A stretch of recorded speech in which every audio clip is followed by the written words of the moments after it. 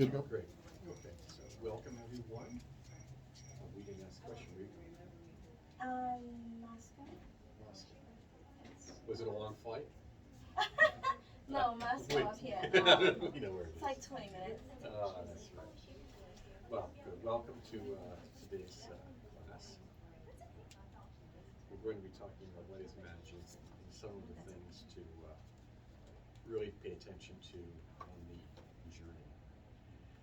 So I'm going to talk to you for a bit, but really feel free to ask questions at any time because there's things I've got to go over, and really they fit into just about anywhere. It's a wonderful thing about it. So I'm going to make the assumption that you're on some kind of magical practice or just about to start. Is that correct? Mm-hmm. Okay, good. Well, what we'll do is we're going to prepare ourselves the way you should with any practice. And you got to focus your mind on what it is you want, what is your goal, and bring that attention to pretty much anything you do. So all you're going to do is you're going to imagine this fellow here. Oh, wait, that's you already, the fool. The fool that's come to listen to the other fool. Nah, we're going to listen to this one. And that's Hermes. Toth Hermes, Tahuti. I haven't gotten to And, watch them yet. Like a whole lot of. He is the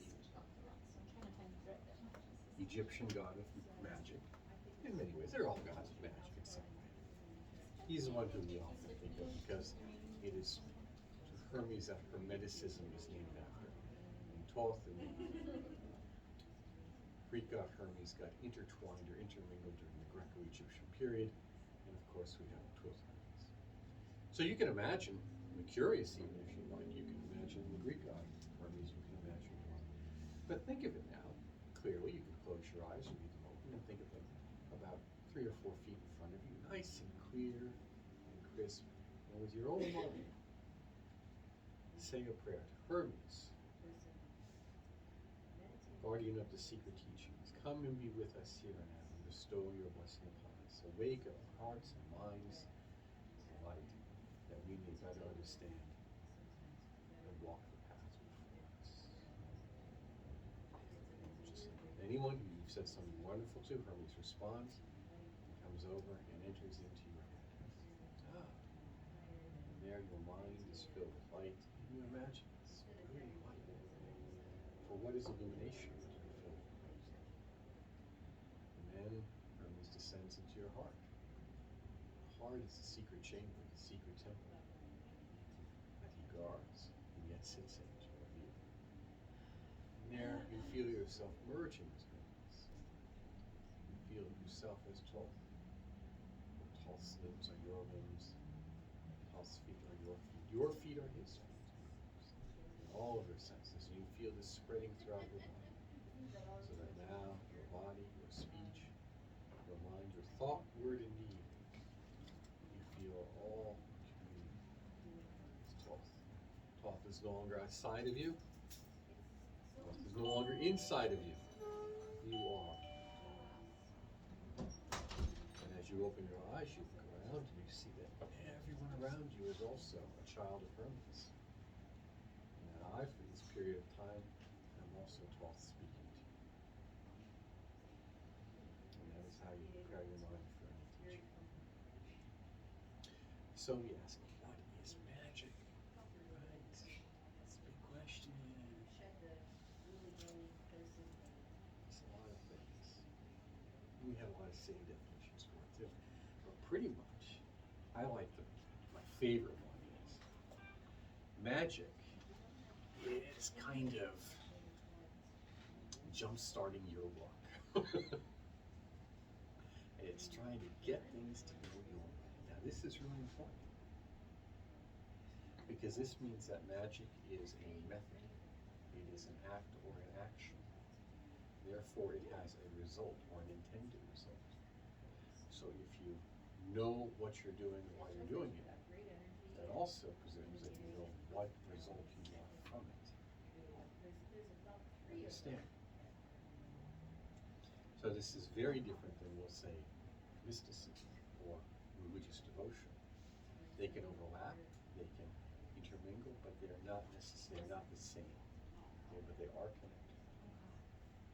So magic, we're always dealing with a method, which means, and this is critical, we're always dealing with duality in some form. We're always dealing with cause and effect. And what's a single word for cause and effect? You all know it. What would it be? The only Sanskrit word you ever need to know. That's what I used to tell all my students on the first day of class. I read it on the whiteboard. Everything in life is an if-then statement. This, then that. And that's what you need to understand. Well, in order to get that if-then statement to work, at least, well, in order to get it to work the way you would like it to, because it's always going to work in some way, okay, you need to have a map of the territory, and that is what we'll call the magical worldview. And the magical worldview is something that we see, well, it still lives today in a variety of different forms, but for our discussion, it pretty much has its high point as we understand it, magic as we understand it, astrology and how it can come up. Probably right at the end of the 17th century. So it's around this time when we see the forming of the Royal Society, which is the beginning of the scientific worldview, which is incredibly important. I see a lot of things. You need to understand that these two things are not disconnected, nor are they antagonistic to one another. Because science, of course, is looking at cause and effect, and magic is looking at cause and effect. But what had happened at that time is Really? magical beliefs were also the basis This is really good. of a You lot know, of I bad have the decisions. worst time with this in the morning And we're looking at people who, in the Royal Society, who the one I do for had living memory of some of the last witch has trials. been the only thing that's And because depending upon the day, that in and of itself, of course, this would even carry on later in the colonies, but this in and of itself was reason enough for them to say, we reject spectral evidence. You know what spectral evidence is? That means, you know, I saw a ghost. I saw her do this. It's rejected. You have to have evidence, which is very good because it gives us a system of law which is evidentiary. You're bringing evidence to the table, not just opinion. And I think it's really important that we go over that because I often see a lot of folks today thinking that these two views are a lot of I'm gonna try some white noise hostile to one another, stuff. and they are not. There has to be some. They're only within the individual who holds them to be hostile and an incomplete understanding of where they do You overlap. have some and where they things don't. in the fire already. Because magic is essentially about taking the subjective and making it objective.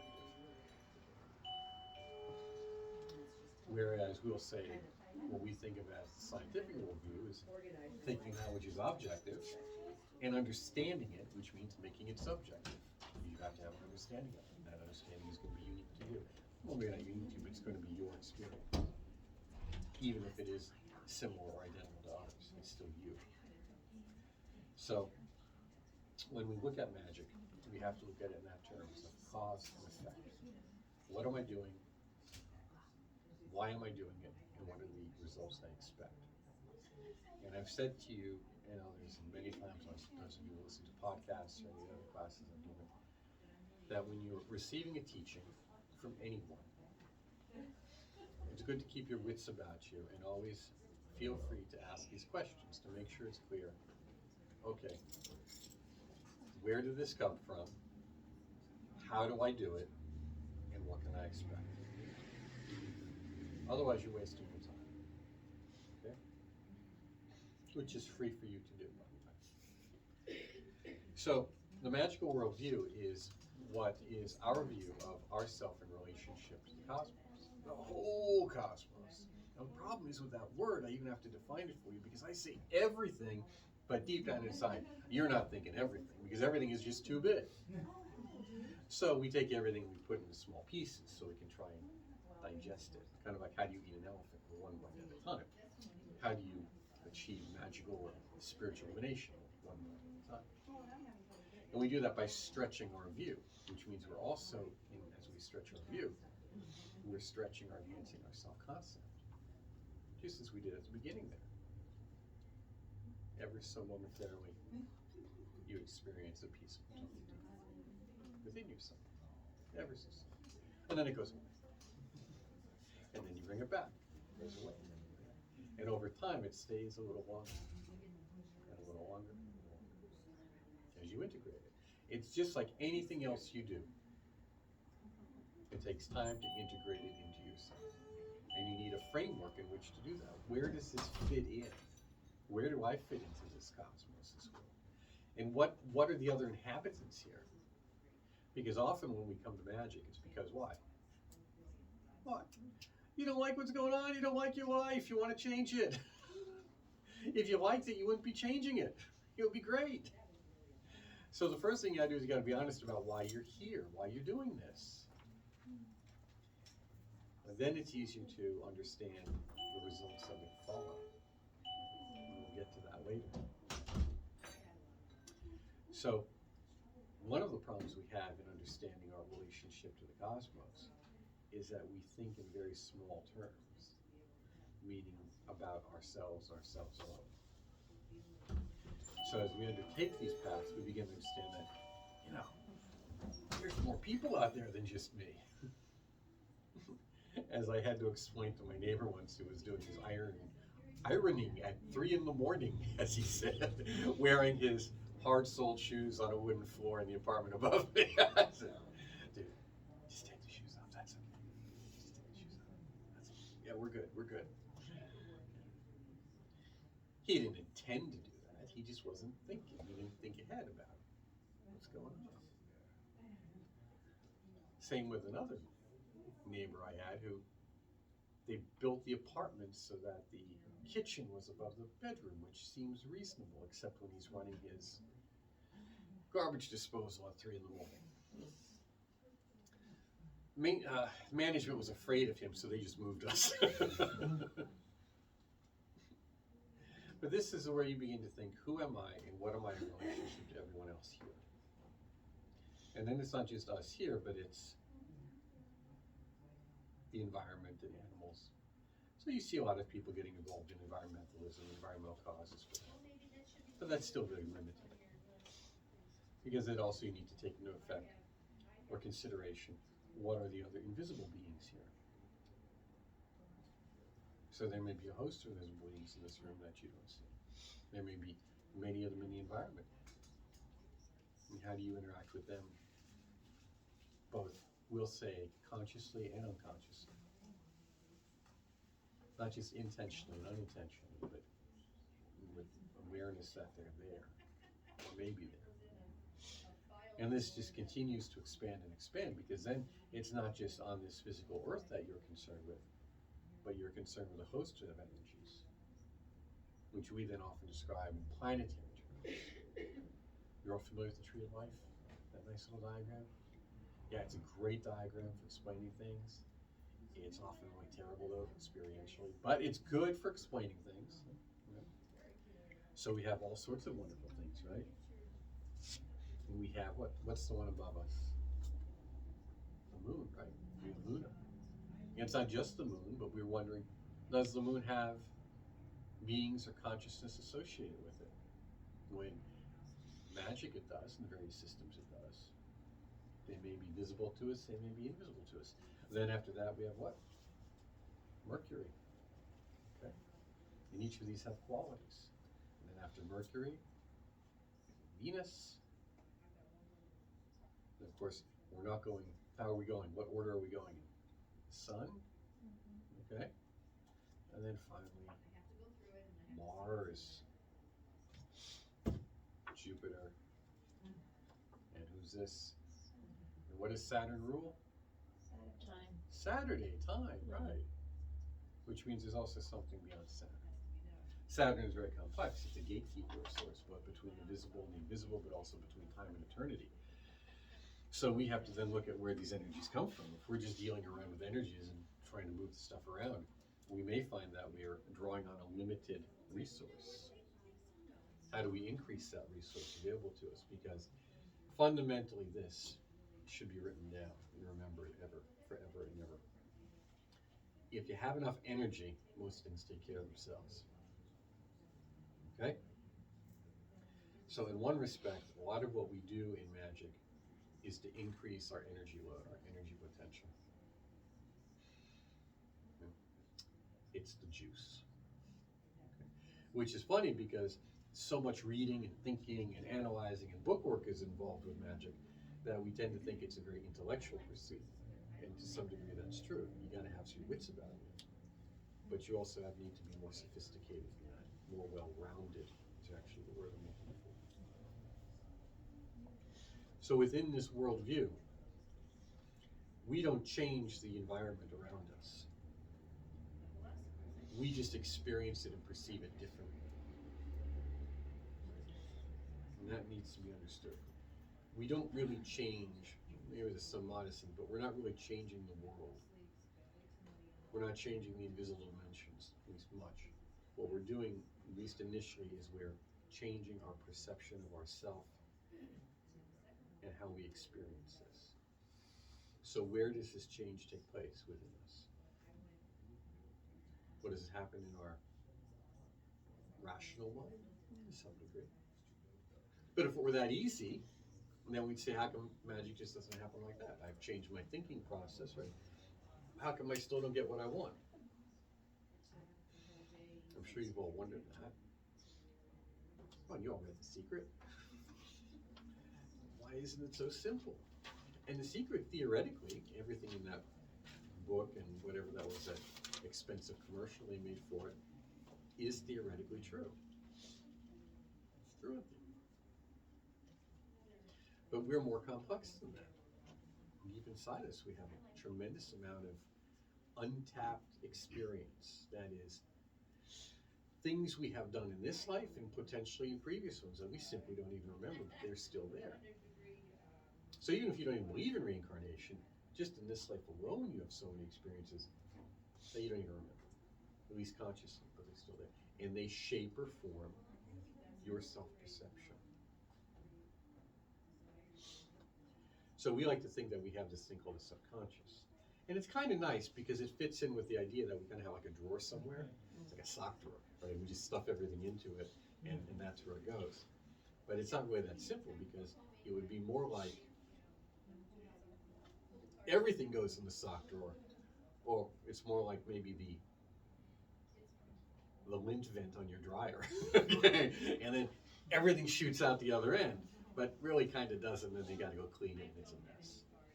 Or worse things happen. Because the subconscious is a function, and it's a function of synthesis.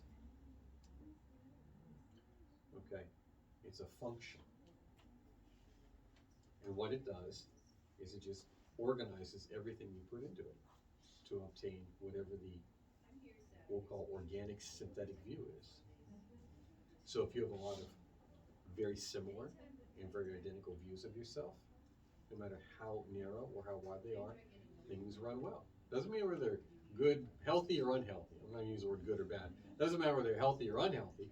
As long as they're the same, things run well. If you have a lot of conflicting views about yourself, then you get a lot of conflict. Things don't function.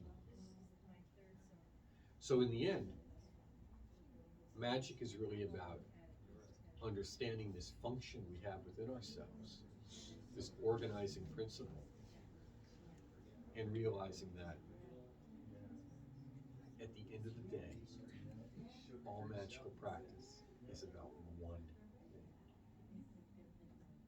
your self-perception and expanding that. What is it you identify with? How do you integrate it? How do you function with it? And then how do you expand it? How do you build on it? And that building on it is done step by step with the help of some wonderful friends here. And we can call them gods or goddesses or deities. Okay? We can talk about the stages of the path on the tree of life, or the path of return and initiation as you progress in this integration. Okay? And that's what magic is about. Okay? Is that clear? So that's the question I'll ask you and let you sit with very uncomfortably for a little while. How is it that you perceive yourself? I'm not going to ask you. I want you to think about it. Because I don't need to know. Neither does anyone else. It doesn't matter to us. Not because any safe space bullshit. It's because it doesn't matter. How do you perceive yourself? Okay? Think about it for a little bit. Don't look at me. Be alone with your own thoughts for a minute.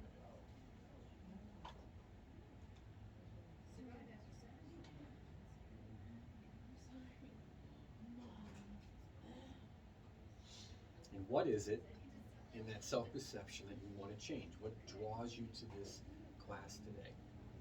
It's not I want to learn something. It's not that. Simple, abstract. What is it you really want?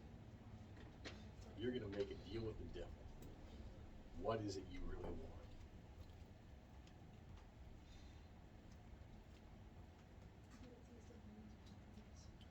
Now you got to be honest with yourself about that. Because that thing that you really want is going to be the focal point in which all your experiences revolve. Get it? Everything. Consciously or unconsciously. So the sooner you're honest with yourself about it, the sooner you get it. Or decide you don't really want it, it's a mistake, and you move on to something else. Hopefully it'll happen. Or at least it was right. How are you? Too rushed, are you? Maybe even a movie. Go for the movie. How do you identify? What is it you identify with? What are the ideas that you pour into your brain every day? This is really important now because we live in a hyper-media environment. And it's really important to not only cut off the dopamine hits, but also to spend some time in your own thoughts. Because the skills that are required for whole practices are very simple in number. They're very few. But when I look at what is happening now, when I look at the environment now, and I look at 20 years ago, 30 years ago, I can say that there appears to be more interest in what we think of as the occult or magic or esotericism. The capacity of people to engage in it effectively is dramatically diminished. Because it requires the capacity for, first of all, relaxation. You need to be able to relax. Now this is often either an underestimated capacity or an overstated capacity. It is underestimated in that many people don't spend time properly relaxing before they do certain work. It is overstated in that it is not an end in and of itself. Once achieved, now you build off it, you do something. Okay, so what is this thing you do?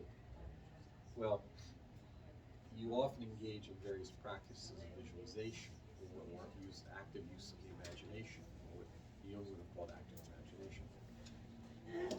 And this requires a degree of concentration. So if you're not relaxed, you're not going to be able to concentrate.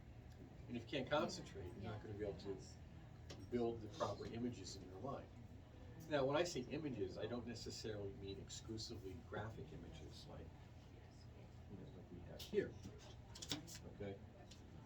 Sometimes you'll do visualizations of this. But maybe I want you to encourage a particular feeling. Okay? A particular sensation. A quality. The really pretty stuff. Because if we visualize truth, or we visualize, I'm curious, that's nice. That's really great.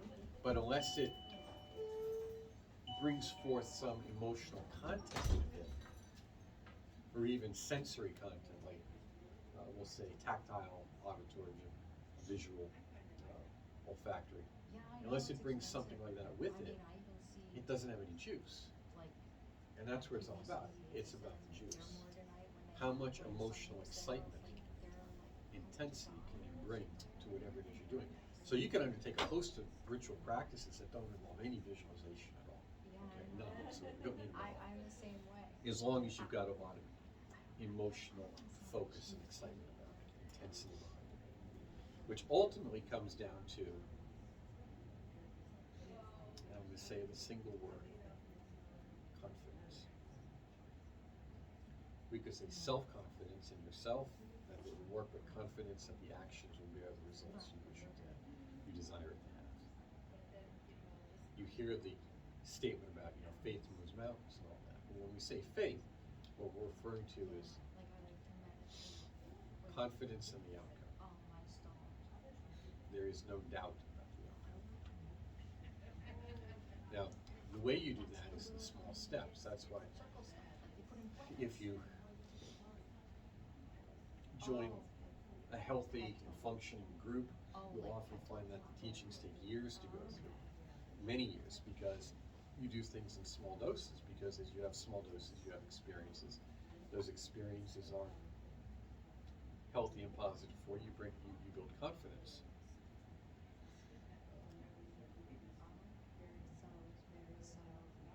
I was aware of, one martial arts instructor who, he would teach all the students, and then at one point, when he started to pair them off for sparring, what he would do is he would always pair off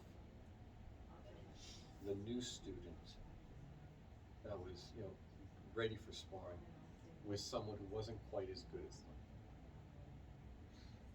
And the reason is they wouldn't necessarily win, but they would do better and they'd feel confident.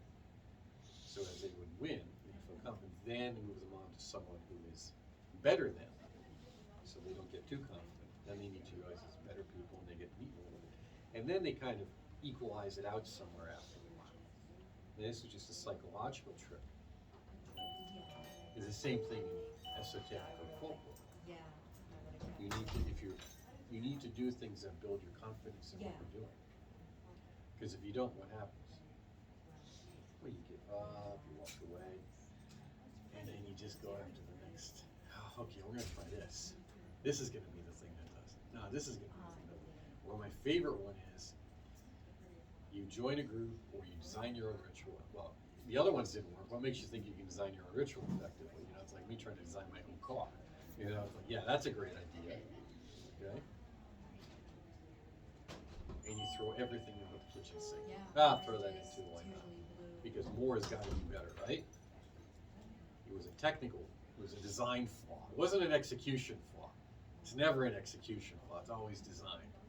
You just change the design a little bit. And you see that a lot in modern practices. This idea that it's design. But it's not. It's never a design flaw. Well, I shouldn't say that, but rarely. It's usually an execution flaw. Because ultimately, any energies you're dealing with, these are energies, work in and through you. So they work in and through what? Your what? Yeah, and your confidence is based on your focus, but your experience. And your experience is what formulates your self-image. Get it? Okay. That's why if you do decide to go down the magical path, you wouldn't be time wasted doing a year of good psychoanalysis. And if you can find someone who does Jungian, that would be okay. If you want, I can even recommend something. I would say psychosynthesis would be more fun. But just talk therapy. Even going off to one of these self-help groups and maybe one of the churches or VFWs or whatever, just where you get to talk about things in a manner that is moving forward. Not a gripe session, but resolution sessions. Because at the end of the day, everything has to be resolution-oriented. That is goal-oriented. Because that's the way we're designed. Our bodies, our nervous system is goal-oriented. Magic is goal-oriented. That function we call subconscious is what? Say the word. To goal-oriented. Okay? See the phrase. So, with relaxation, concentration, we find you're able to enter into meditative absorption if you go slowly. You'll notice that. You all have experienced it wonderfully and naturally. And then there are times when you sit down to meditate and what? Everything bothers you. Everything. And you say, well, why is this? Well, because you're trying to force the issue.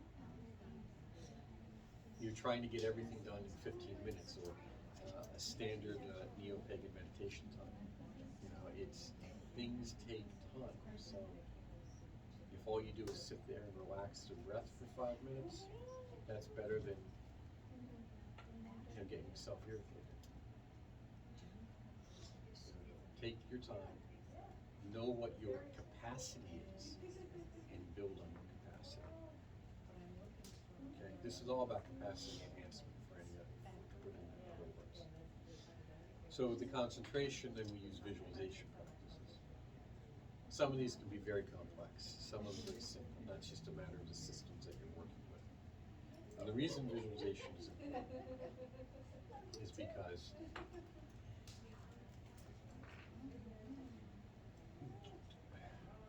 within the classical model, into the Renaissance, imagination was seen as the faculty that resided here, above the human mind and below God. Okay? So imagination was the capacity for us to experience the divine. With the Protestant Reformation, we see a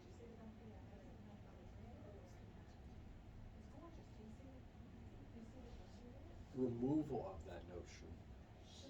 We see an emphasis on rationalism. And with, again, we have to look at it contextually too. It's not as simple as this or that. There are a variety of things happening at the time. Okay? And that excessive emphasis on rationalism also meant a removal of symbols and symbolism from at least the Protestant churches. So you see this incredible divergence between Roman Catholicism, in the West we're talking, Roman Catholicism, and the various Protestant sects.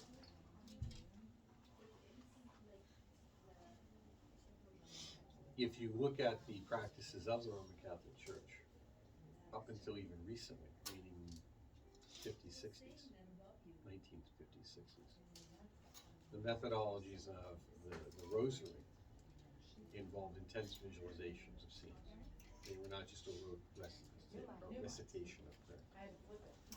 If we look at what is probably the single most significant Roman Catholic practice, which would be the practices of the Jesuits, of Ignatius Loyola, they involve a 40-day retreat, I think it's 40 days, and intense visualizations of scenes. I've known people who've gone through this. And you find that there's a reason why the Jesuits were recognized as not only the intellectual brain of the church, but also why when you met the old ones, you knew that these guys there was something behind that skull of theirs. They were pretty intense. At the same time, within that focus of the visualization practices, there was intense emphasis on reformatting one's self-perception and also one's ethical and moral stance. Meaning, one would ask themselves, in this situation, what would Jesus do? Now, this is a wonderful thing because we see this all the time. Whenever we have a deity, well, what would Buddha do? I asked a friend once, hey, what would Krishna do? And it becomes a joke because it's a way of looking at these forces as guiding principles in your life. Guiding principles, which we call ethics. Not simply a matter of, do I get enough juice to move things around to get the car or the girlfriend or the boyfriend or the house that I want? Because that is possible, but it's in and through you, so everything is going to balance out in the end. It's going to equilibrate. So without the right ethical guidance, okay, or virtues as we call it, there are problems. Now, again, I asked earlier if you're all familiar with the Tree of Life, and you all raised your hand. Is that correct? Well, how many of you know that there is different virtues and vices attributed to the tree? Good. And how many of you paid any attention to them or just ignored them as you went on to the good stuff? Well, in the classical world, virtue is associated with what? With the word virility or power. So virtue is a bestowment of authority or power. And we'll get into that when we talk about initiation too. But I want you to just know that. So when we meditate and we get into the proper concentration and the relaxation, we easily get into meditative absorption. You've all been there. You've all been so absorbed in something at one point when you just were unaware of anything else. Okay? And you say, geez, I'd love to get back to that. Well, how did you do it? You went into it slowly. You contemplate it slowly. So you went from contemplation, that is, you're thinking about the idea. You're not just trying to have a fixed or static notion or fixed or static image, but it's to the exclusion of all else. And as you contemplate it, you become absorbed in it. It builds an environment around you even. And you're not aware of anything else until someone slams the door downstairs and the garbage truck goes by. But even then, there have probably been instances where you haven't. Okay? So you can enter into this state. Just remember it. Spend some time now, right now. Close your eyes and think about a time when you really had a wonderful meditative state. You didn't sit down and go through different processes.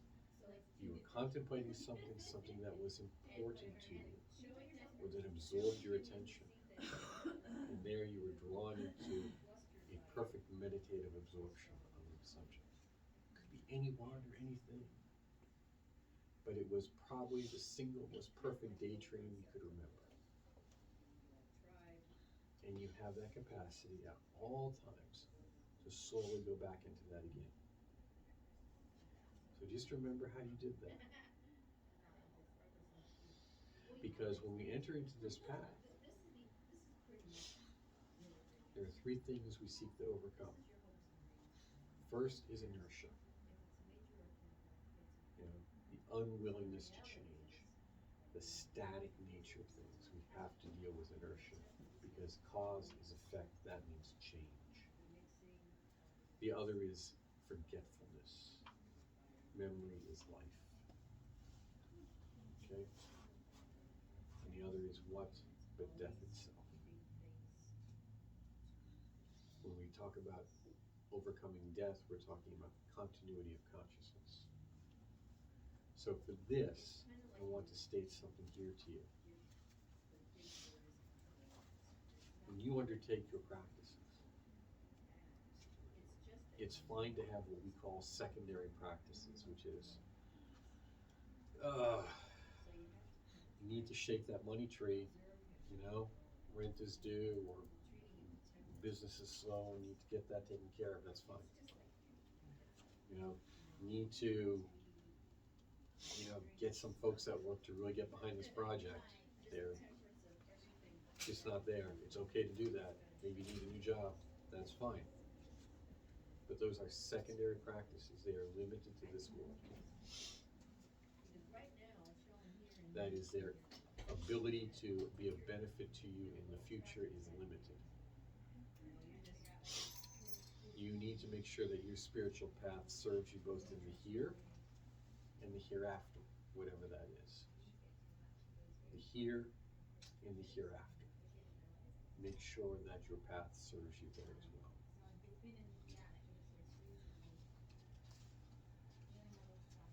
So when you enter into a nice meditative state, this absorption will happen naturally. You wake often very refreshed and maybe some insight and very calm, which is wonderful. Which is why I like to quote His Holiness Dudjom Rinpoche, who said, relaxation is the ultimate enlightenment. And the reason I say it, that what he meant by that is that, you know, when you're ultimately relaxed, whether in a waking state, walking down the street, or sitting in your chair, things don't shock you.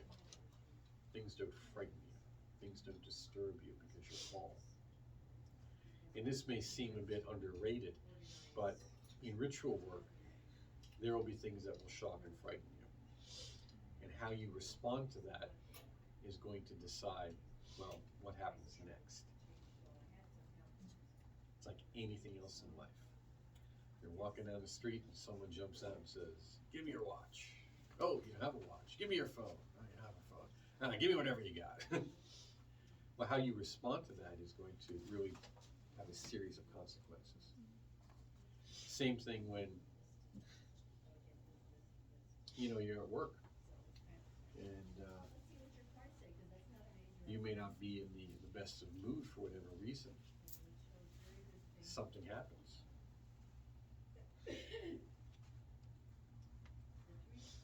Very easy, you can take that moment and destroy an entire career for yourself simply by responding poorly or overreacting. We see this all the time. And if you stop and think, you'll find a moment in your life when you did that, because that's part of the growing up process, kind of the maturation process of social relationships. Right? So learning how to understand your emotions, learning how to, we'll say, control them, not in a top-down heavy way, but in just a relaxed way.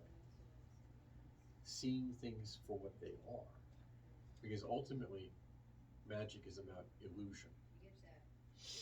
It is about creating things which are not permanent. It's often dealing with intangibles. And it's very easy to get caught up in those fantasy realms and think they're real, meaning permanent, tangible work, better than this one. It's like no different than most drug addictions. Why do you become a drug addict? You just wake up one morning and just say, I think I'll be an addict today. No, it's because you don't like your experience and you want a better one or a different one. That's why. And then that different one, you say, this is great. Until it overrides your entire life. And it can be anything, whatever addiction. And magic can be an addiction. If you don't have a purpose for it, an ultimate purpose for it in the end. This is very important what I'm telling you, because when you go out there and you read these books and all this stuff, I've been involved in publishing for a long time, and never once does a publisher ever ask you, as an author, hey, does this work? All they ask is, how many copies can you sell and will we get sued? That's it. Now you need to understand that. That's the real world you're working in here. Okay? So authors are concerned about generating books for sales. At least not all of them, but most of them. Because it is an industry. You are in the spiritual marketplace. Make no doubt about that. It has always been a marketplace. Make no doubt about that either. It is now, it's a little different and really easier for anybody to get involved. That's why I always ask, where did this come from? How do I do it? What can I expect? Okay? You have to look out for yourself because very few other people will. They may even think they are, quite honestly, but it doesn't mean they are. It doesn't mean they're capable. So do your best to examine the background, and the qualities and experiences of whatever teacher you have, and including, even those who are writing the books. There's a whole bunch of stories I tell you, but we're recording. So with that, we move on to what is the role of devotion then? Because devotion is the easiest thing to get a lot of juice going for. Something we love, something we desire, something we want. That's where we put our energies towards. So we see the easiest thing is to devote ourselves to a deity that is the embodiment of those things which we wish to enhance or improve within ourselves. That's the simple, easiest path right there. Has its pluses and minuses, but that's the easiest one. Okay? And it's good to have a devotional aspect to your practice because it means you get out of your own way. even if you are awakening these qualities within yourself, you're recognizing that out there, there's someone or something that is the full embodiment of it. And we're not doing this in some abstract sense of archetypes as constructs, but we're doing it as a sense of a true reality. Okay. That Thoth or Mercurius or Hermes, they may just be the children or grandchildren or great-grandchildren of some other quality. That itself is ultimately an expression of unity, by the way. Okay? But we're using that as our mechanism, our ladder of ascent. Something we can grab onto and say, yeah, that's it, right there. So think now in your life, right now, what are the shows you like to watch? What is the music you like to listen to? What is the themes that move you most often? Now, come on, this is where it gets easy. Think about it, come on. Somebody give me one. Give me something you really... I was watching a documentary the other day, William Shatner talking about Star Trek. That's great. That's great. Yeah, Bill Shatner. I got a friend. He has a car that is decked out and looks just like the original shuttlecraft. It's great. It's great. It's cool. It's excellent. So, tell me, what shows do you watch? Come on, tell me. Twin Peaks. Why? I don't know. I like kind of the weird. Well, the emphasis on like love and goodness and contrast to evil, but like the weird searching, never an answer aspect of it too, and the weird humor. I don't know. It's David Lynch. It's really weird. And what planetary quality would that be? That's a difficult question. It's like a system in and of itself. So Of what you just described, what would be the planetary quality of the things you just described? I'm not sure how you mean. Like which planet? Mercury. Very Mercurial. Mercurial. Right. That's some Mercurial. What do you like to watch? Or Right read? now, I'm fairly heavily into animes, so more fantasy, very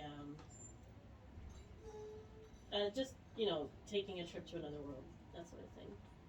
Okay, so what would that be? I say the moon. Lunar, right? Lunar. Your turn. I barely watch TV. Anything. What do you read? But What do you that listen to? said, What do you listen to? Yeah. that said, I do a lot of Indonesian work.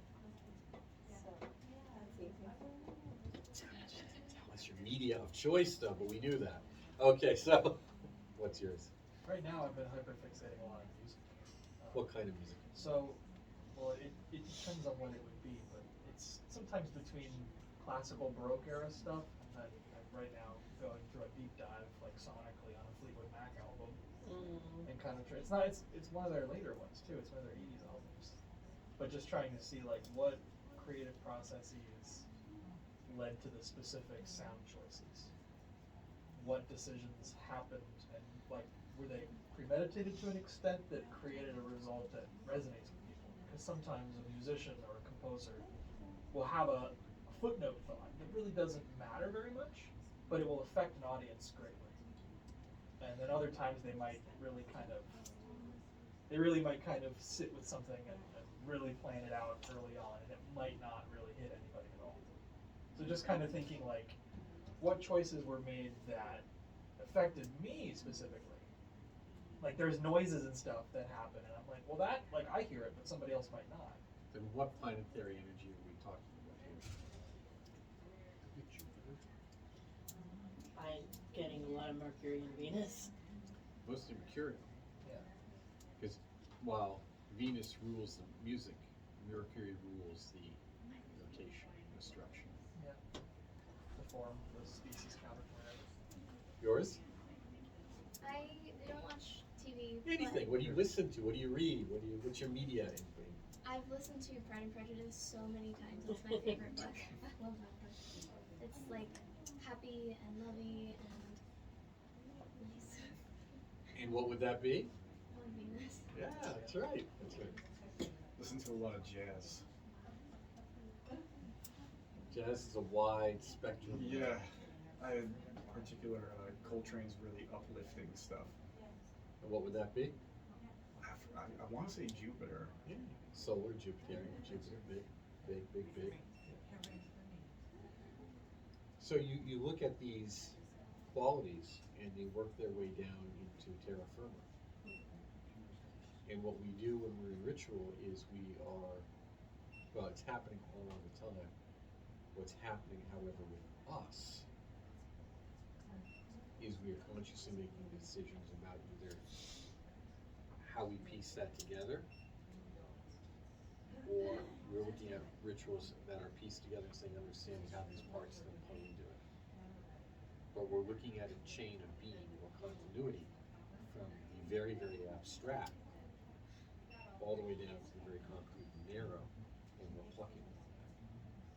And that's what ritual is doing. And you're plucking on that to get a sound. And that sound is the effect, the outcome. So you do this all the time. We do that when you decide what to wear today. You decide it when you get up and pretty much do anything. That's why understanding the causes of your actions is so important, because if you understand them, you can modify them and change them, and magic will help enhance them. But then what? What's beyond that? Well, we like to think that there will be some kind of spiritual awakening, and there can be. But you have to make that a part of your path. I know many people who seek to undertake magical rituals who aren't too terribly concerned with what we would call awakening or enlightenment or spiritual insight. They're just looking at this as a methodology or technique to get what they want.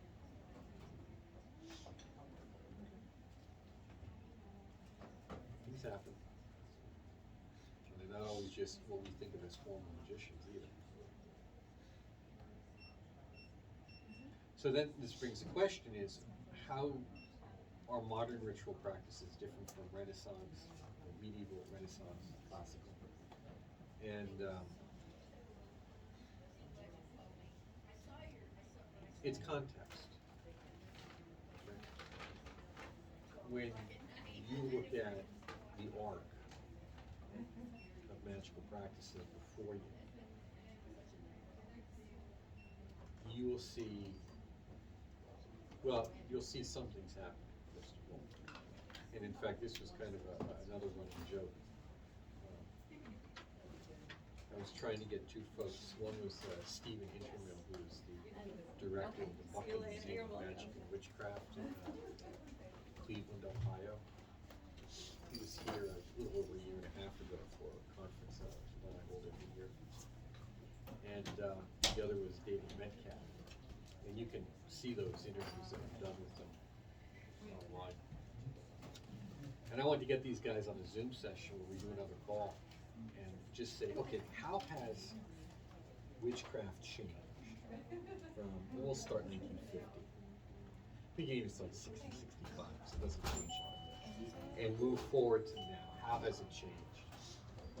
Because it's amazing when I deal with folks who are really new to this, how they don't really understand the very history of the thing they tend to be practicing, or they believe they're practicing. And I want to put emphasis on that, believe they're practicing. Because the arc is incredibly different. I mean, if you look at the literature from that period, and I don't want to get sidetracked on that, but if you look at, and that's just within a living memory, there's change. So if you look at modern practices, there is a tendency to put a great deal of emphasis on psychological understanding. That is really the modern equivalent of understanding the classical virtues that I talked about earlier. That's what it is.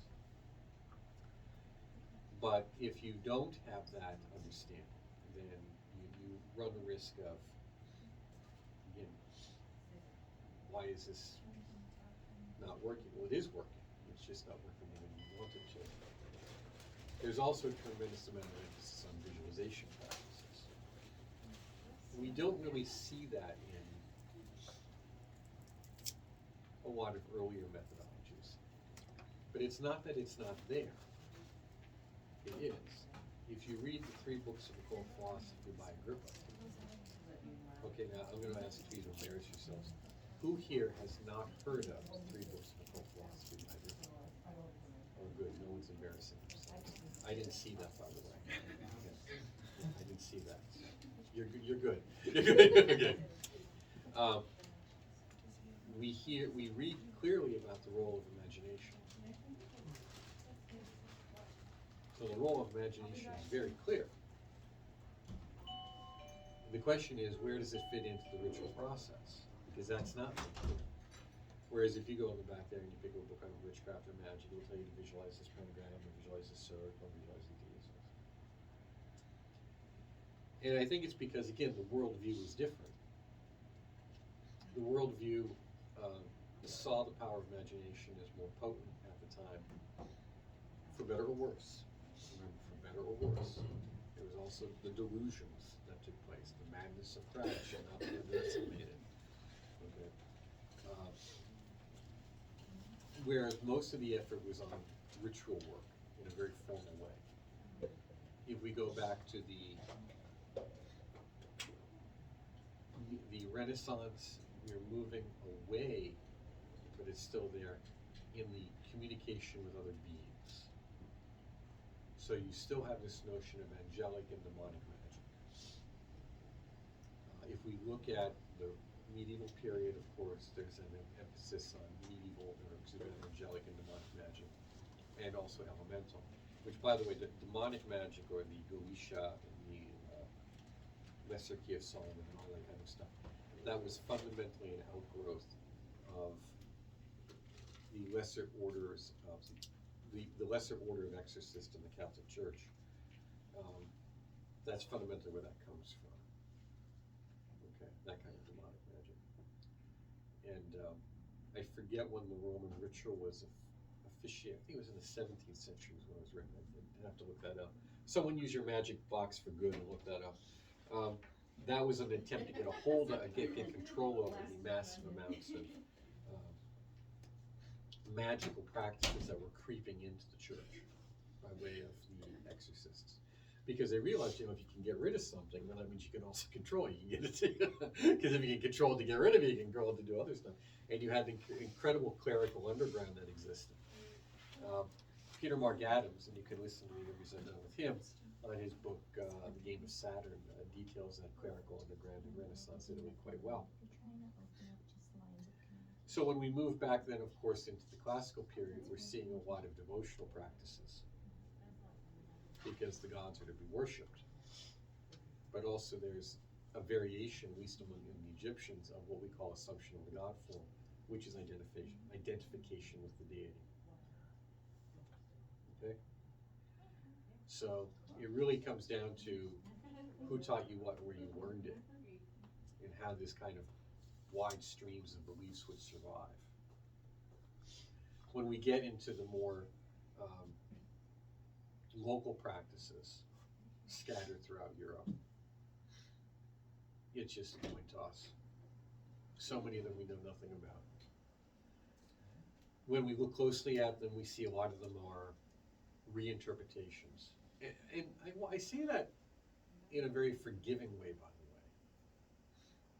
Because when we say it's a reinterpretation, there's a tendency to think, well, that's not the way they did it back then. And you're probably right, but that doesn't mean it isn't it. Because that's what survived. None of us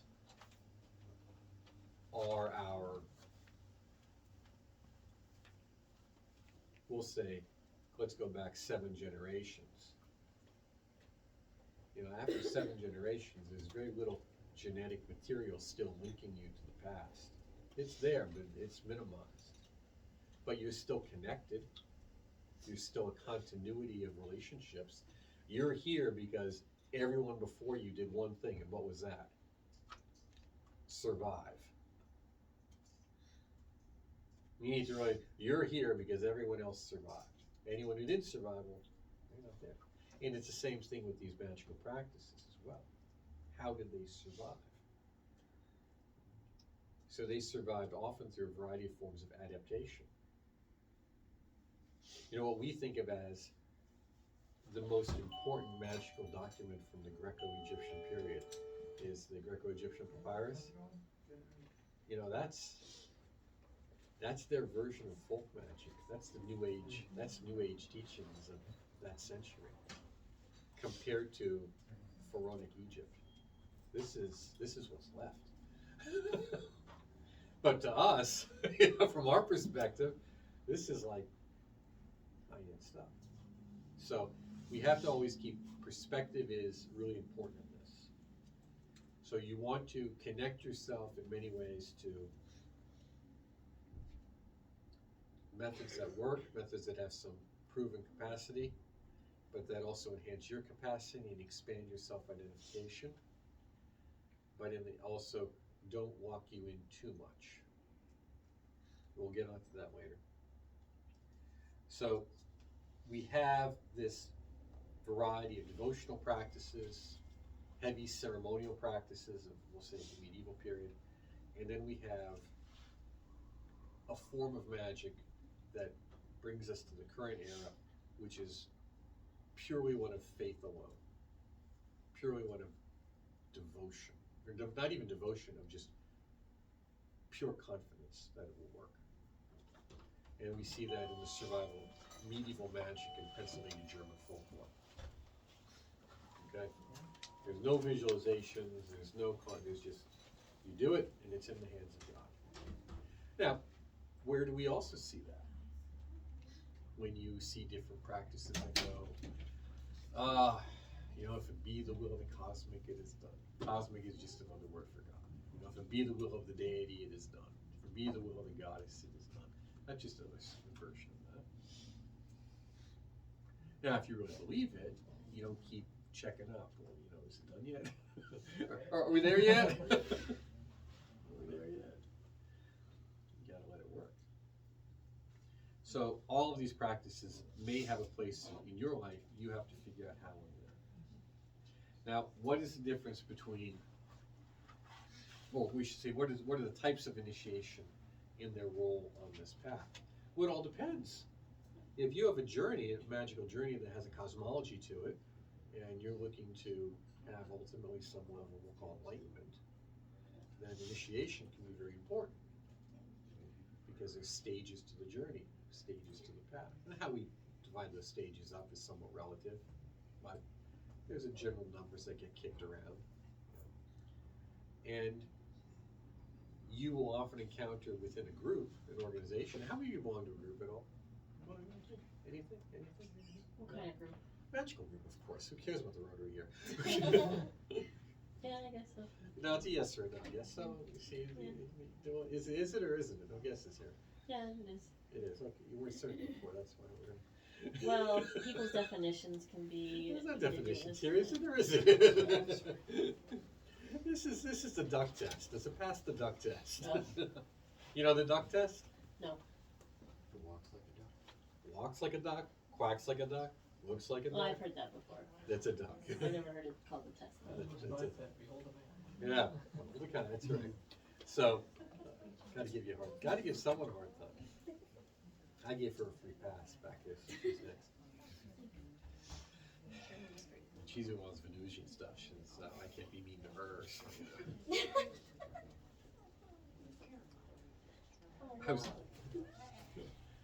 I was in Italy years ago for a conference, and it's a small invitation only, a bunch of folks whose names you'd recognize. And we get there, we're in this villa. And we're here for a week. one guy is Austrian. He comes up to me and he goes, "So what kind of ritual you do?" And I looked at him and I said, "Well, there's only one woman here, so the Venusian ritual's out.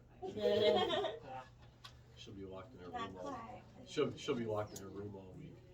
Let's see. You're all too intellectual, so the material one is out. That's done. Can't do Saturn because you're gonna be suicidal. Lunar, it's already raining. We don't need any more water. Solar. Crazy. Oh, solar. No, you guys think too much of yourselves. I can't. No, trust me, you don't. Oh, No, come on. especially with the French, you don't need any more of that. Let's see now. Mars, no, we got to get along. That leaves one Jupiter. So Jupiter's the ritual we do. Got it. Process of elimination. So when we look at initiation, which is a word that gets thrown around a lot, there's different types of initiation. And the most common one is ritual initiation. It is a ritual of some kind. It can be very simple, but you know it's happening. Okay? It can be as simple as when the mob boss takes you and says, "He's one of us now," and that's it. Or it can be more complex, and that means you're part of the group. And we'll call it a ritual initiation. It's a physical outer initiation. That's the word you write down. Outer initiation, because it's external. It happens around you and to you, and it's something that works in that.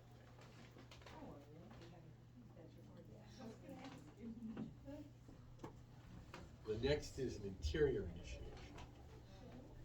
And an interior initiation works on your energetic structures. Now, in theory, if the group you're working with, and we'll say, I'll use the term spiritual very broadly here. If the spiritual group you're working with, and the person in charge, or whoever's in charge, knows what they're doing, there should be some temporary alteration, it could be permanent, usually temporary, in your energetic structures. And you'll notice it. That's the thing, and you'll notice it. Okay? Now, it may happen and you don't notice it, but generally you should notice it if they know what they're doing. Well, and it's also part of you. You have to be receptive to it. Which, that'll bring us to the question, how many times can you experience an initiation? Well, in an outer form, an infinite number of times. Because it may or may not take. Or it may just take a little bit, and you're just adding on each time. But if it's a true inner initiation, and not like inner as we just said, your energetic structures, what we'll call a secret initiation. Secret because it can't be seen. People around you, we don't have good words in this, by the way, okay? But it happens on a level of consciousness, an inner transformation. There's a transformative aspect to it that is permanent in your psyche. Okay? There's no going back from this. Okay? That's what we would refer to as a genuine initiation. That's genuine. We would call that an interior initiation. A psychic initiation of some kind. I don't like the word psychic in that level. We would, in terms of the tree of life, maybe Sephirotic awakening or initiation. We have to be careful there too. Now, what would be we call it, sometimes they call it most secret, like the Tibetans, but we would call an ultimate initiation would be a direct perception of reality as it is. That is very, very difficult to withstand, because that has a ripple effect on all your, we'll call them psychic structures. It's kind of like going to the closet and getting that article of clothes that's been in there for a while and really just shaking it all out. And everything. Okay. So those are the experiences that, if you're looking or concerned about your spiritual path as having some value for you in the hereafter, that's what you need to know about initiation. This is going to provide me with, we'll call, tools or mechanisms or an opportunity for that inner transformation or that direct perception of reality. And that is something that sometimes it can be temporarily given, but it's very rare. Most of the time you're dealing with the first two, an outer ritual, and with it maybe a modification of your energetic structures.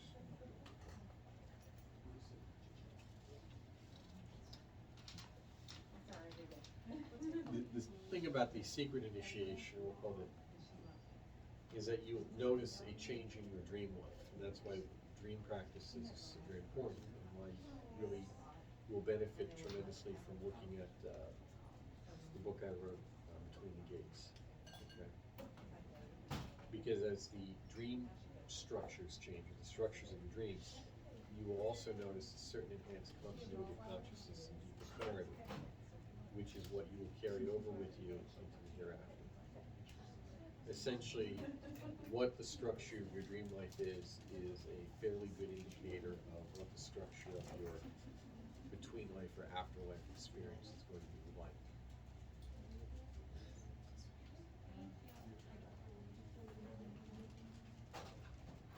Now, as we said, on the Tree of Life, there's different virtues and vices that we overcome. Vices are simply the problems and obstacles, like inertia, greed, selfishness, stupidity of all sorts, whatever happens to be, Saul. And then what is the opposite of that? And that's how we, how do we transform these qualities? Well, we transform them by encountering them.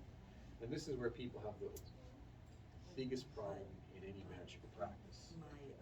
We'll say any spiritual practice, because it goes beyond just magic, but any spiritual practice. So I'm good, but What's something you've wanted to do, I don't get them caught. but you have trouble accomplishing? Anything, just tell me. Pick something. Doesn't matter what it is. I do this, Because you want something. and I Come do on. it with this one too. Whatever your New Year's Eve resolution was, right? It looked like the obsidian was starting to fray a little bit, but I didn't think it was bad, and then it just let it. Healthy body. Okay, so you want a healthy body. So the first thing you need to do is imagine what would that be like. Yeah. And you really need to spend time not just visualizing it Yeah. clearly, but then feeling it, feeling that you have it. You're accommodating or reorganizing your nervous system It went all over the floor at work. through this visualization. Repeatedly, Chase was like, not just for 5 "Is that a minutes, not just for necklace?" 10 Like, minutes, no, it was a or maybe bracelet. 5 minutes a day, every hour of the day. Small doses.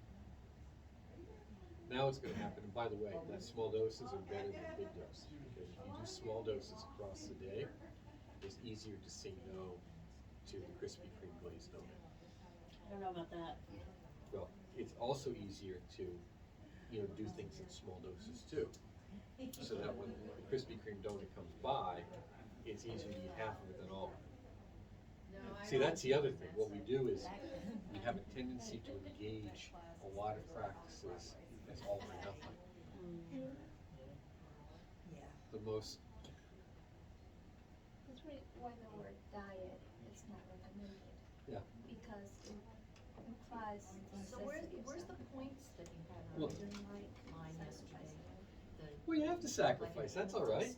But you're sacrificing stuff you don't need. I don't need this anymore. But then you're not sacrificing it. It's a lifestyle. It's like a lifestyle change. But you have to change the mindset before you change the lifestyle. You change the mindset by changing the image of yourself. So you have a new image of yourself, and you work on that, whatever that happens to be.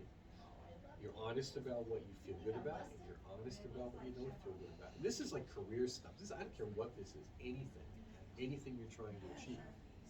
And then you look at, okay, what is it? What is the feeling this will have when it's accomplished? Because that's the feeling you have to bring to the ritual.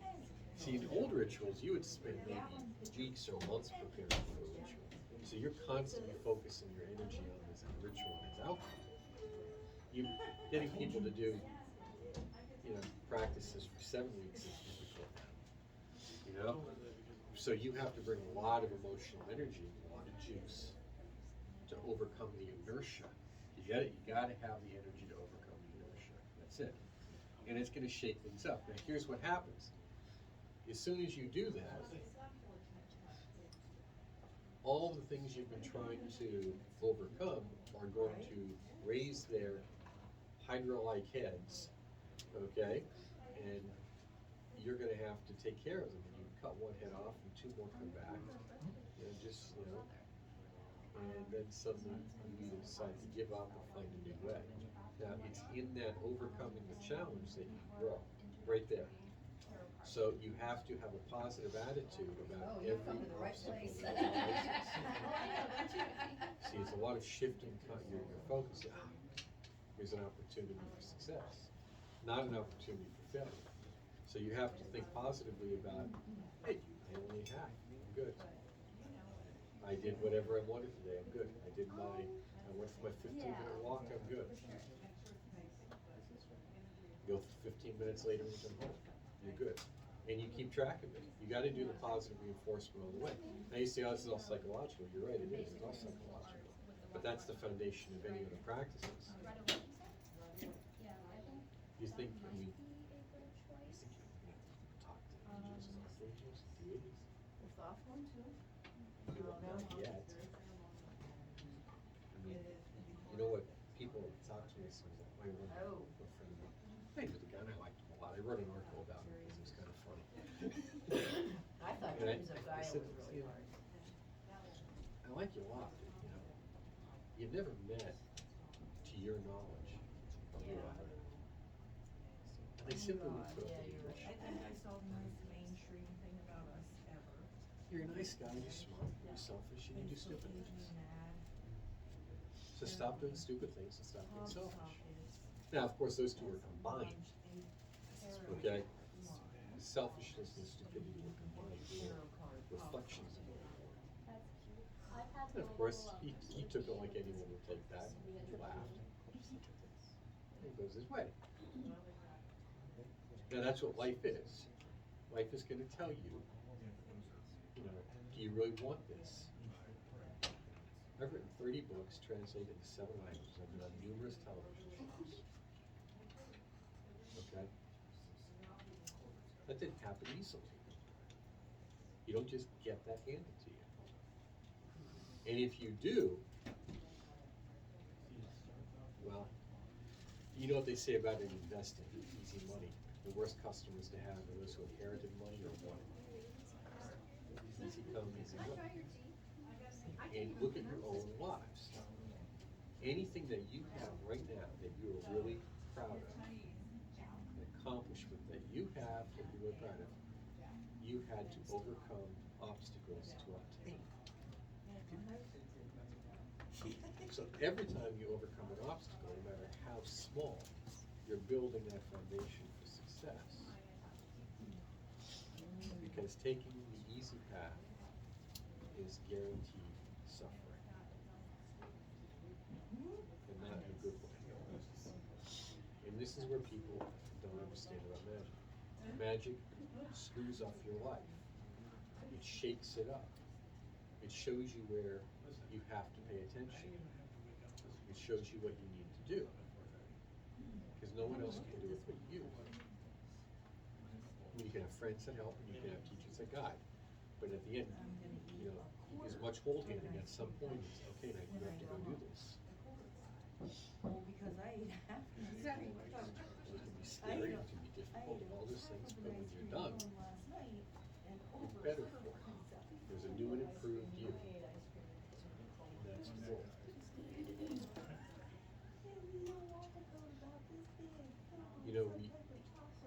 We look at people who are successful in certain areas, And it contained and 60. they got that way by I did recognizing that life is a series of course I'll show you corrections. compared to the other one. Our bodies and our lungs are goal-seeking mechanisms. So you decide the goal that you want. There were 60 But now what you have to do is you've got to course correct to get there. Now, some people don't have to course correct. Oh, that's okay. they've acclimated or habituated themselves to being efficient. Other people have not, varying degrees of inefficiency, some which are disastrous. They end up in jail, they end up dead, they end up hospitalized, they end up in addiction. I've had to deal with them.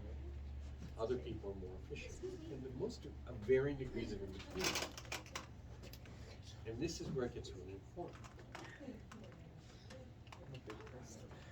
The virtues are going to help guide you in your efficiency and in the acclimation of power to overcome obstacles. At the same time, you're going to notice that the people around you are going to shift and change, and you have to be willing to deal with that. You'll become like the 5 people you spend the most time with. That's simple. So spend your time with people that are beneficial to you, not necessarily people you like, not necessarily people you agree with. What the worst thing that has happened in modern occultism in the last 15 years, the last 5 or 10 in particular, it has degenerated into nothing more than a liberal political action. It has very little focus on individual practice, individual accountability, individual initiation. It's focused on groupthink. Groupthink can be useful in certain situations. I wrote a book on it. It's called Tiger Woods. Entities of Larger Human Destiny. For the most part, it's not useful. If the group is taking you away from that which is useful to your individual growth, because it's directing you outside all the time, it is a distraction. And if the people are constantly trying to pull you in to go on this march and that march and this protest, remember, the local Unitarian Universalist Church years ago just began to stop it all, which is worthless. Nobody believes in anything. I mean, it actually became a joke. See, and I'm wearing 4 I like them. too, 'cause I'm wearing, You get it? I like them. I'm wearing, But it's not going to help me on my journey. It's not what I'm after. Coach. So you got to make hard decisions here when you join groups. Are the people really helping Oh, you? Or is it we just went down to kind of we middling? went Or with is his it dad parasitical? down to Kielbasa Fest. Or is it confused? That's the other thing. Is it confusing one thing for the other? Yeah, I've said to, I'm belonging to the Masonic lodges, and I said to the Grand Masters and several, I said, look, guys, When I was over there, she had both paws wrapped around my I don't need my hand. all this ritual work if we're just gonna focus on charity and fraternity. I can join a bowling league for fraternity and I can just stroke a check for charity. I don't need this. Where is the philosophy? We've gotta get back to our roots. And a lot of them will agree. They'll nod their heads and agree. And some of them in some jurisdictions are working towards it. Others just, they shrug their shoulders. They don't know what to do. So, you know, I'm talking about this from experience. I've been in many groups over the years, many. And I enjoyed the experiences, by the way. That's why I encourage group work, because you can be helped, but you learn to deal with others there. That's the other thing. You learn to cooperate with others. So if you can't cooperate, if your spiritual group can't even organize itself well enough to function more than 3 years, how is it going to make any difference in the political and social landscape in the world? I've never heard anything more filled with With the Picky Roots card. self-prideful justification than that. You guys can't even pay the bills and get along, but you're going to tell us everyone else how to run their lives. Yeah. And that's a hard reality that you're going to run into in groups out there. And you've got to recognize it and say, okay, is this something I want to be involved with or not? And if so, for how long or for what reasons? Yeah. So finding a good group to be involved with can be difficult. You may decide, I have one friend, he belongs to a wonderful match group up in Northern California, and it's really for social reasons. He is a spectacular ritualist. And I'm not saying that. He goes for social reasons, he meets the people, he enjoys it, but he said to them, I'm not gonna do Yeah. the degrees. There's no reason for me to do the degrees, this is stupid. Because you have me teaching the degrees, why should I do it? But you see, they're being, what they're being is very pedantic to the rules. You know, I was here Yeah, before sure. half of you were born, what do you? So you see these things, but he just decides it's social. But it's a little more than that, but you know what I'm saying, so you understand again, what is it you expect from whatever activity you're involved with and whatever group you're involved with, and is it going to fulfill that? And it's numbered. And that's particularly true in this esoteric, occult, or magical I'm domain. seriously thinking about it. Because you will repeat this, I know. you will become, Do you want it? repeat it, you will become You will become like like the 5 people the 5 people you spend the most time with. you spend the most time with. Make sure you want to be like that. Because in ritual activity, that's amplified, that's enhanced. So you look at their lives, and you spend time, but you don't jump in. You know, you take your time before you join a group. If they're too eager to have you, that may be because you're fresh meat. And the pickings for the dinner table are thin. You're it. Now, in addition to initiation, we can have something known as a contact. Again, we don't have good words for this. But spiritual contact is an experience. It's an awakening, it's an aha. It doesn't permanently shift our consciousness. And a way to make the difference is, we could say contact is like a one-night stand compared to initiation, which is a marriage. He looks like an oddities type person. Another way to look at it is a He's got an contact is a tour through the, post-mortem book, and it's you know, what is it? memorial A bus for tour of the lady he 60 never cities in met. 60 days, whereas initiation is residence. South Park. You know the place. You have rights and responsibilities there. You have some And then authority everything there. else he has is. We're talking psychic dimension here. I mean, he's like. That's why as you the name is enhance your Randall capacity, Kelly, and the I don't cover like to say photo rising is, to the point of any of that, because it has I don't know. mixed messages. I'd like to have But as your awareness expands and the initiation stabilizes, like those old, your capacity to do things the direct cathedral windows, direct and action in windows. nature is enhanced. So in this sense, we see the barrier between the inner and outer is thinned, but also with that, I've always the loved him. There's like a 1920 something one that I saw that. capacity to act inwardly is then reflected on action in the world. Which is what we're saying magic is about anything, correct? You're looking for some kind of manipulation. Which is why we have to be very careful, because it's very easy to delude ourselves in ritual. It's very easy. That's why you Yeah, need to have that clear one was goals. 100. So the best way to establish your practice is ritual if you want, once or twice a week, some kind of devotional practice, Nobody. but have a strong meditative practice and a strong devotional practice across the week. That should be your foundation, where you're developing relationships with these Yeah, I forces. like kind of kept, Otherwise- I kept that in the back of my head because I was like, we're gonna put Piggy Weave. I have a book guy. He can tell me. You want this someone to is- help you. Do you just like walk up to someone on the street and say, hey, you know, like, paint my house for me? This malachite is so pretty. You're gonna take a little book in there on ritual magic, and then you're gonna call up some demon or angel, and assuming that they are external beings. And they don't have anything better to do but act like a jack-in-the-box and pop up when you call them, right? Even if they're on multiple dimensions of it, Yeah. there's an unlimited number of potential That's not forms. the point. The point is that's And they're gonna put up with your limited bullshit. edition, don't. signed, numbered. These things can go bad. Okay? And they can go really bad.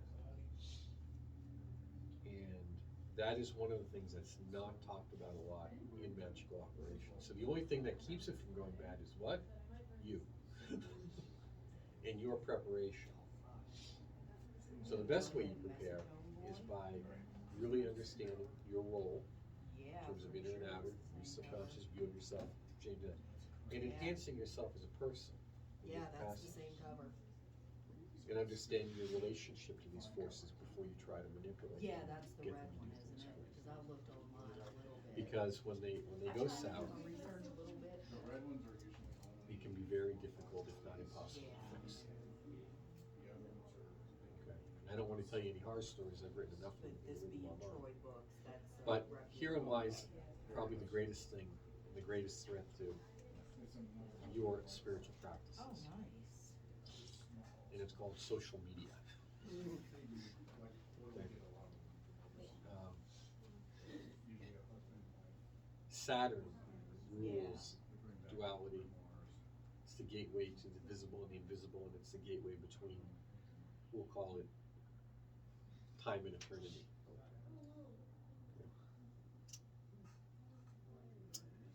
And the virtue of Saturn is silence.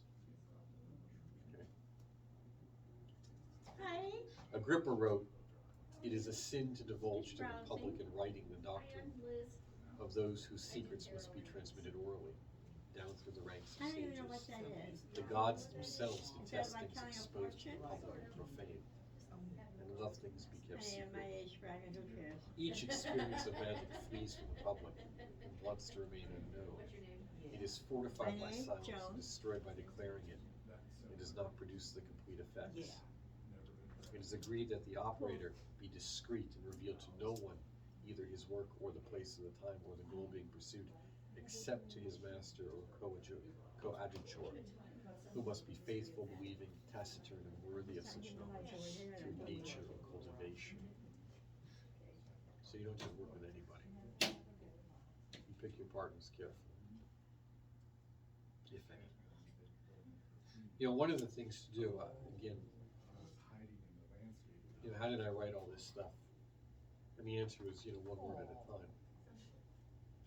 And I never spoke to anyone about the project until it was done.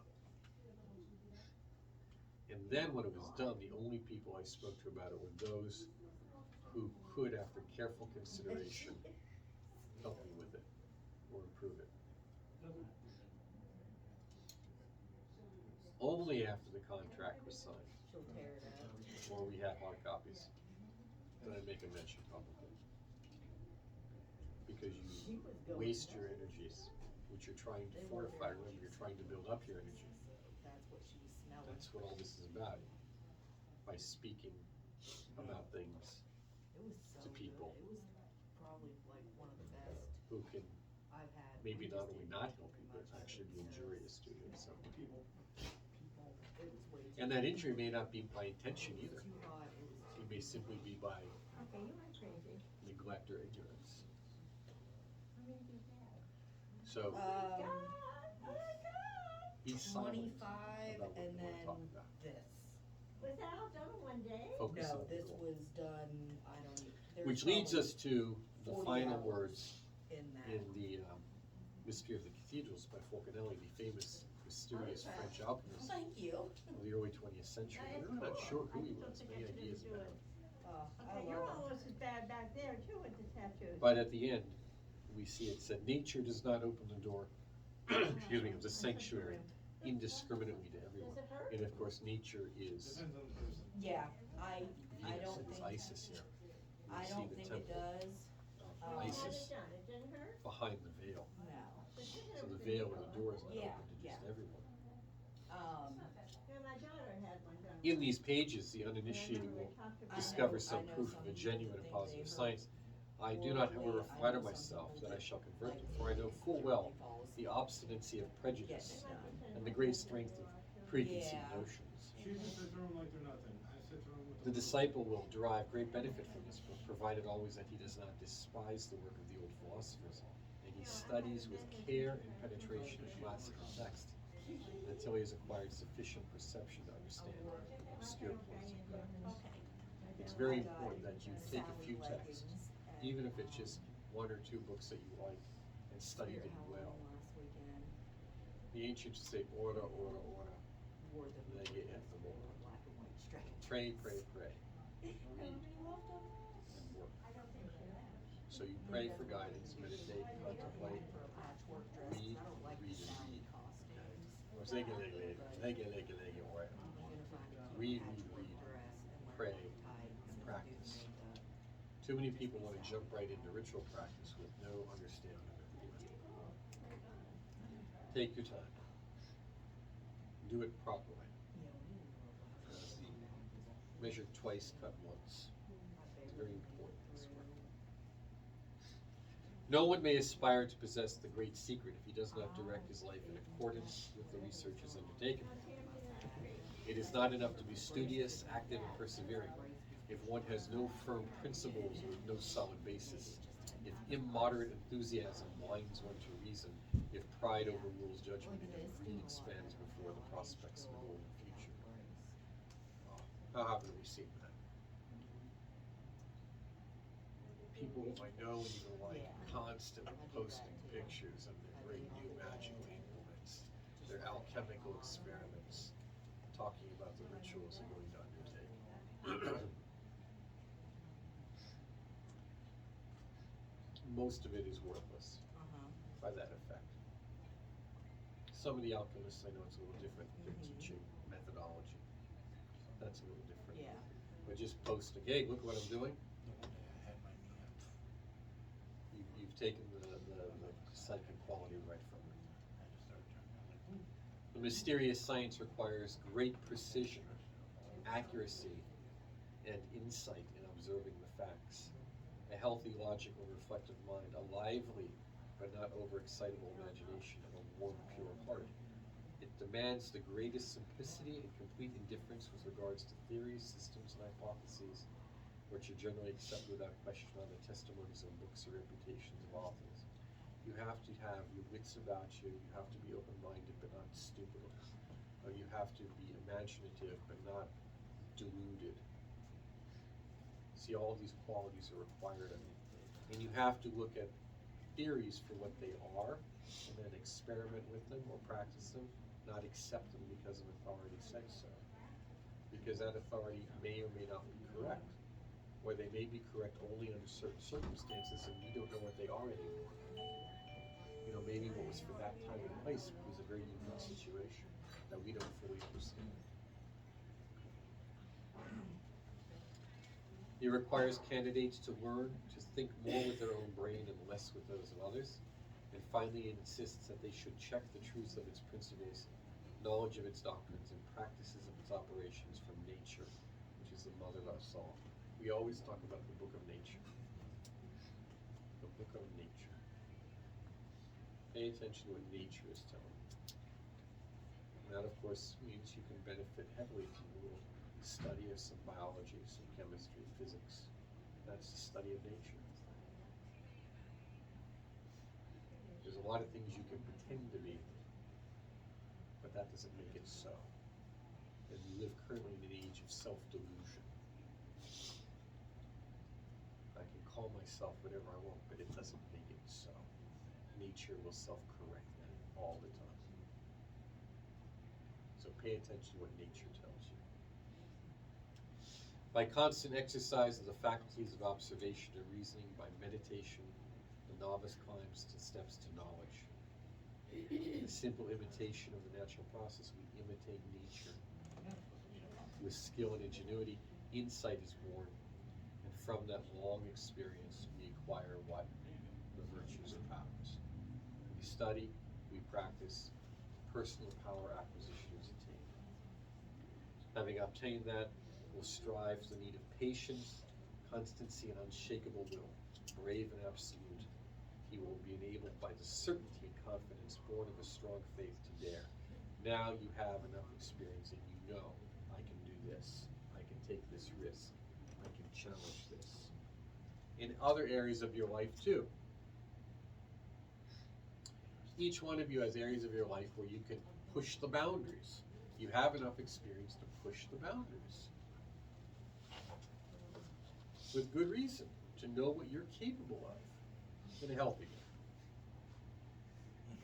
And that gives us the strength to dare. And finally, when success has crowned so many years of labor, when desires have been accomplished, The wise man, despising the vanities of the world, will draw near to the humble, the disinherited who work, those who suffer struggle, and weep here below on this earth, as an anonymous and dumb disciple of eternal nature.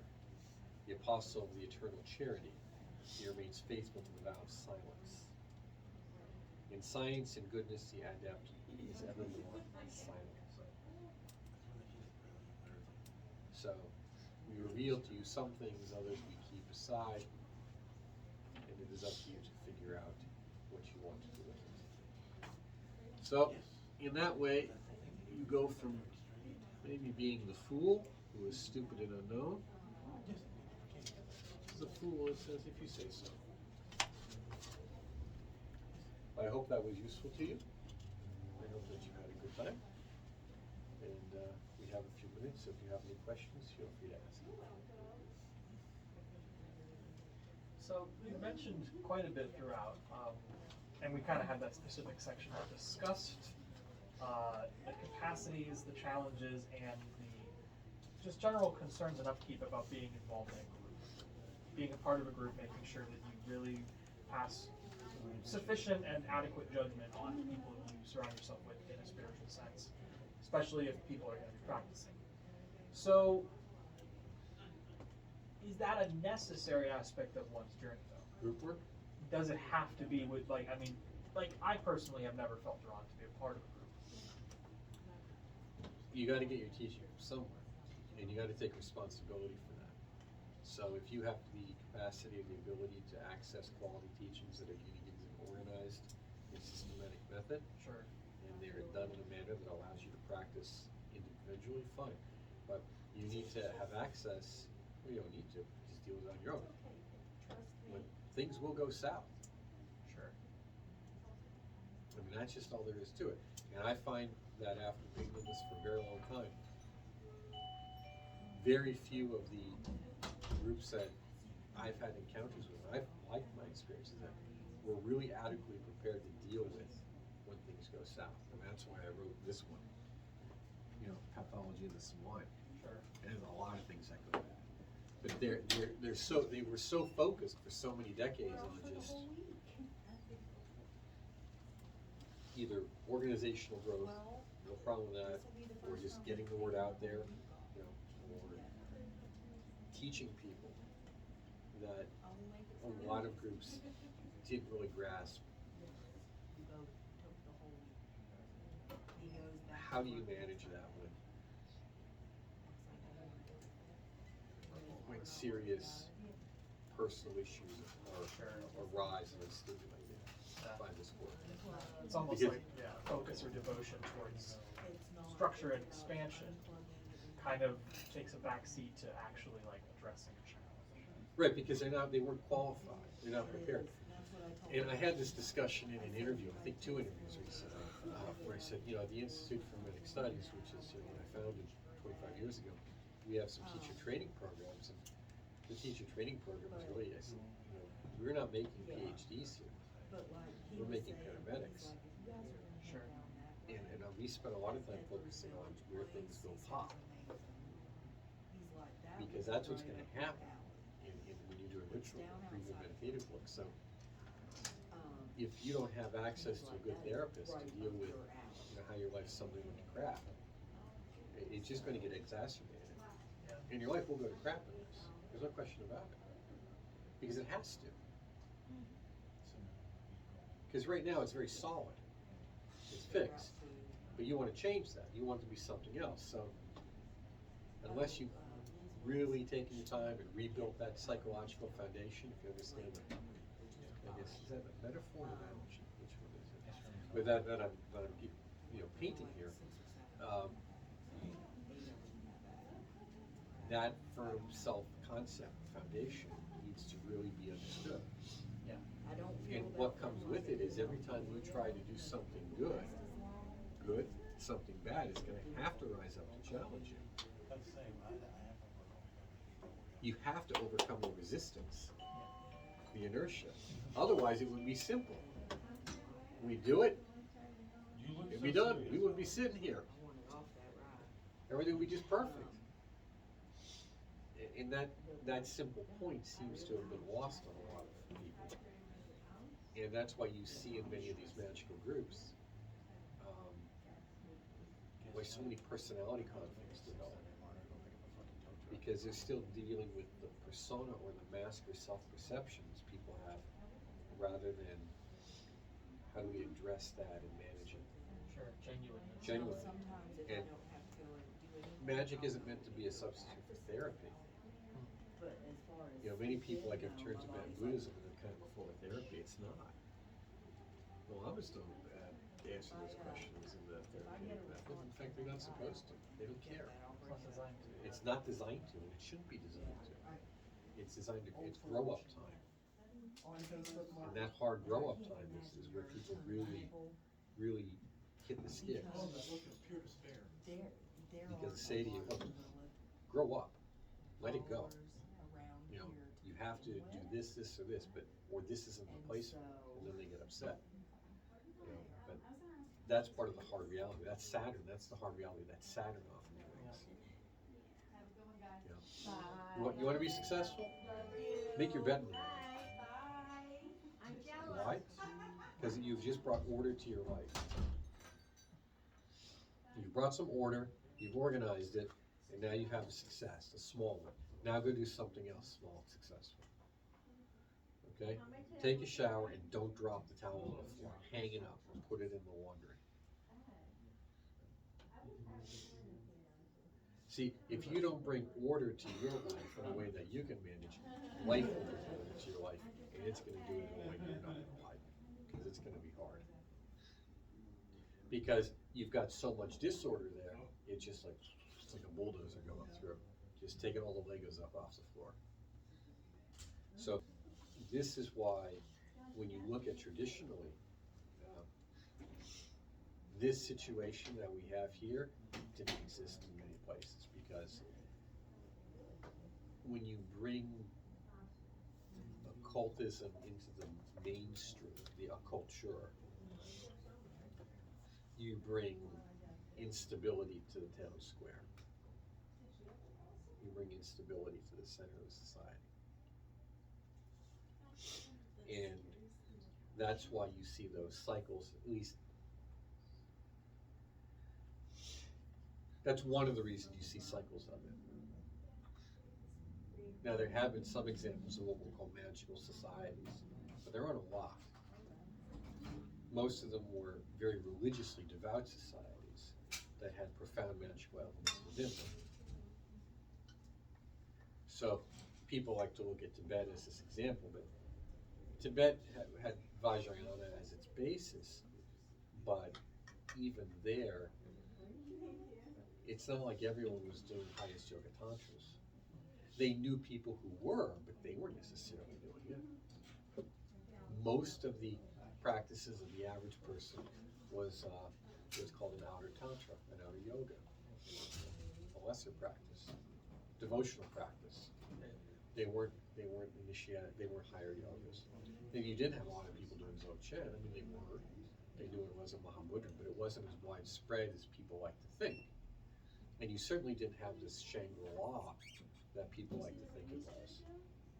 The 19th century was a vicious and brutal time. I mean, physically, it was a vicious and brutal time, sectarian warfare.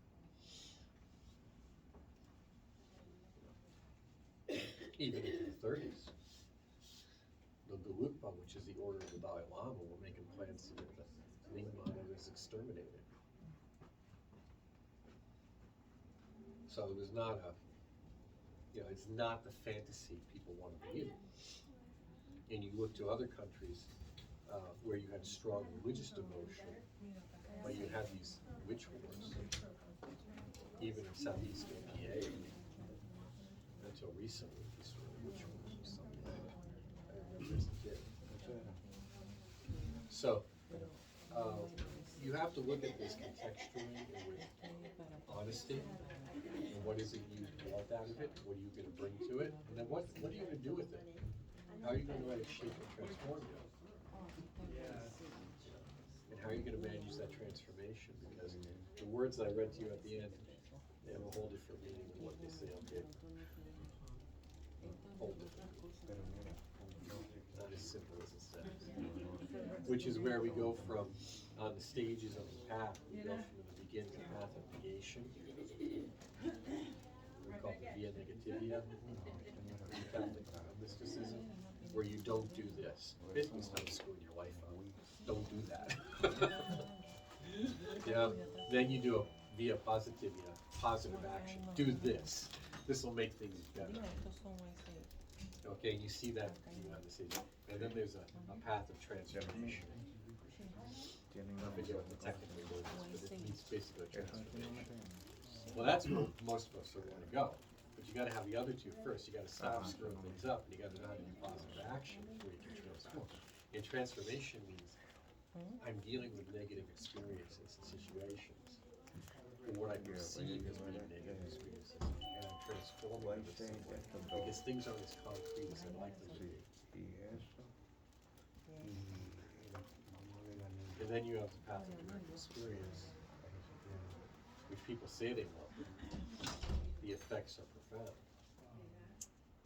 They're you know, they can even be suicidal, the ideation of that. Because the perception of reality is so different from what it is.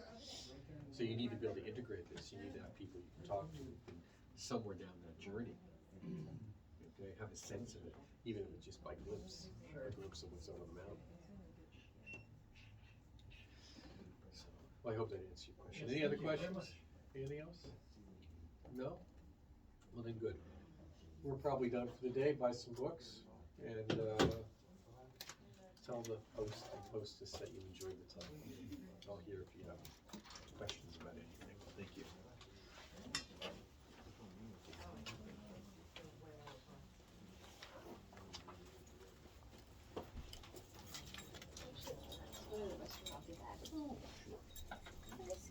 Just tell them they can turn the. Oh. Yeah, I'll tell Ty. Can I get you to sign my? Oh yes. Definitely. Unfortunately, I have to go, but I just wanted to say thank you. This was excellent talk. Great. Enjoyed it. Oh, thank you very much Thank for you. coming. Thank you. I have a pen on me. Do you have one? I do.